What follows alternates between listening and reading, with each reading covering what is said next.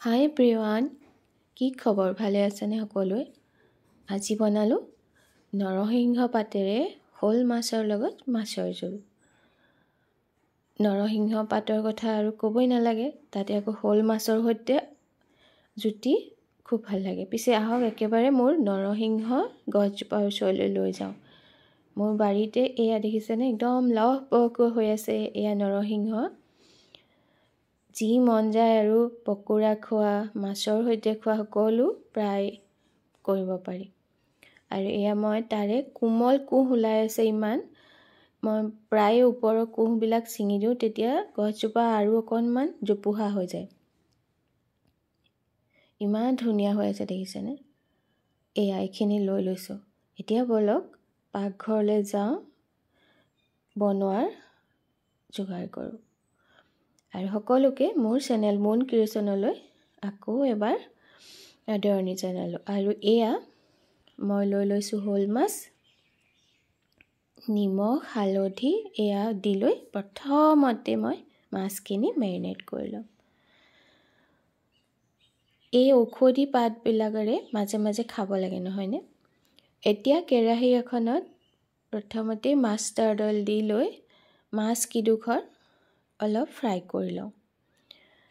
মানিমুনি, নৰসিংহ পাত, ভেদাইলতা এই সকলোবিলাকেৰে কেৱল আমাৰ অসমতহে হয়তো খায় মাছৰ জোল, পিছে বহুত উপকাৰীও হয়। আৰু এতিয়া এয়া নৰসিংহখিনি যিখিনি অকণমান মানে এইবিলাক টান টান, সেই অংশখিনি এনেকৈ চুচি দিলোঁ আৰু বাকী কোমল অংশখিনি এনেকৈ ছিঙি দি দিলোঁ। আমাৰ আইতাই আগতে যেতিয়া বনায় এই নৰসিংহ মানিমুনি আদিৰে আঞ্জা মাছৰ সৈতে, তেতিয়া আইতাই আঞ্জাখন আৰু অকণমান ইণ্টাৰেষ্টিং হ'বৰ কাৰণে এটা বিশেষ আমাৰ ঘৰতে থকা বস্তু দিয়ে। আপোনালোকে ভিডিঅ'টো চাবচোন বাৰু। আৰু এয়া মাছকেইডোখৰ এবাৰ লুটিয়াই দিওঁ, তাৰপিছত বাকী কামখিনি কৰিম। একেবাৰে চিম্পল, বহুত একোৱেই মা মছলা দিয়া নাযায় আচলতে আমাৰ এই আঞ্জাখনত। এতিয়া নৰসিংহৰ পাতখিনি মিক্সি জাৰটোত পিচি ল'ম। আগতে আকৌ পতাতহে পিচিছিলোঁ, হয়নে? সেয়াও কিন্তু বহুত মানে সেই পতাত পিছা চাটনি আদি সোৱাদেই সুকীয়া আছিলে। আৰু এতিয়া অকণমান পানী দি দিছোঁ পিচিবলৈ সুবিধা হোৱাকৈ। প্ৰথমতে পাতখিনি পিচি ল'লোঁ এনেকৈ। এয়া চাওক, এটা ধুনীয়া পেষ্ট হৈ গ'ল। এতিয়া ইয়াতে আদা দি দিলোঁ, নহৰু কেইফুটামান দি দিলোঁ আৰু জালুক দিলে খাবলৈ বহুত ভাল লাগে। আৰু এয়া অকণমান পিঁয়াজ দি দিছোঁ, আধা ৰাখি দিছোঁ এটা পিঁয়াজৰ। এয়া পেষ্ট কৰি ল'লোঁ গোটেইখিনি আকৌ এবাৰ। এয়া চাওক হৈ গ'ল। এতিয়া মাছখিনি প্ৰায়ে হৈ গ'ল চাগে, কাঢ়ি লওঁ আহক। আইতাই যেতিয়া আমি স্কুলৰ পৰা আহোঁ, সেই আঞ্জাখন যেতিয়া বনাই থয়, আমাৰ মাজৰে আকৌ কোনোবা এটাৰ এই আঞ্জাখন খাই ভাল নালাগে। পিছে মোৰ সৰুৰ পৰাই এই শাকজাতীয় বা এনেকুৱা ঔষধি জাতীয় বস্তুবোৰ খাই বৰ ভাল পাইছিলোঁ। আৰু এয়া মাছ উলিয়াই ল'লোঁ। এটুকুৰা আকৌ মোৰ ল'ৰাৰ কাৰণে অকণমান ভাজি থৈছোঁ, তাক ভজা মাছ এপিচ লাগেই।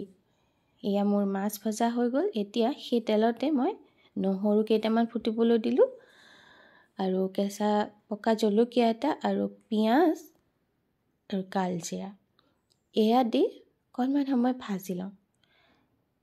এতিয়া অকণমান আলু কাটি ৰাখিছিলোঁ, সেয়া দি দিলোঁ। সেয়া অপশ্যনেল, নিদিলেও সেই শেষত যিটো বস্তু দিয়া হ'ব সেইটো দিলে মানে আঞ্জা ডাঠ হৈ যাব দেই। ইয়াতে নিমখ আৰু হালধি দি দিলোঁ। আমাৰ অসমীয়া মানুহক ইয়াৰ বিষয়ে কোৱা দৰকাৰেই নাই, মই মনতহে পেলাই দিছোঁ দেই আপোনালোকক। আৰু এয়া নৰসিংহৰ পিচাখিনি দি দিলোঁ ইয়াতে। দি লৈ ইয়াতে আদা আৰু নহৰুটো দিয়া হৈছিলে, সেইকাৰণে মই এঢাকোন দি অলপ দেৰি ভাজিম।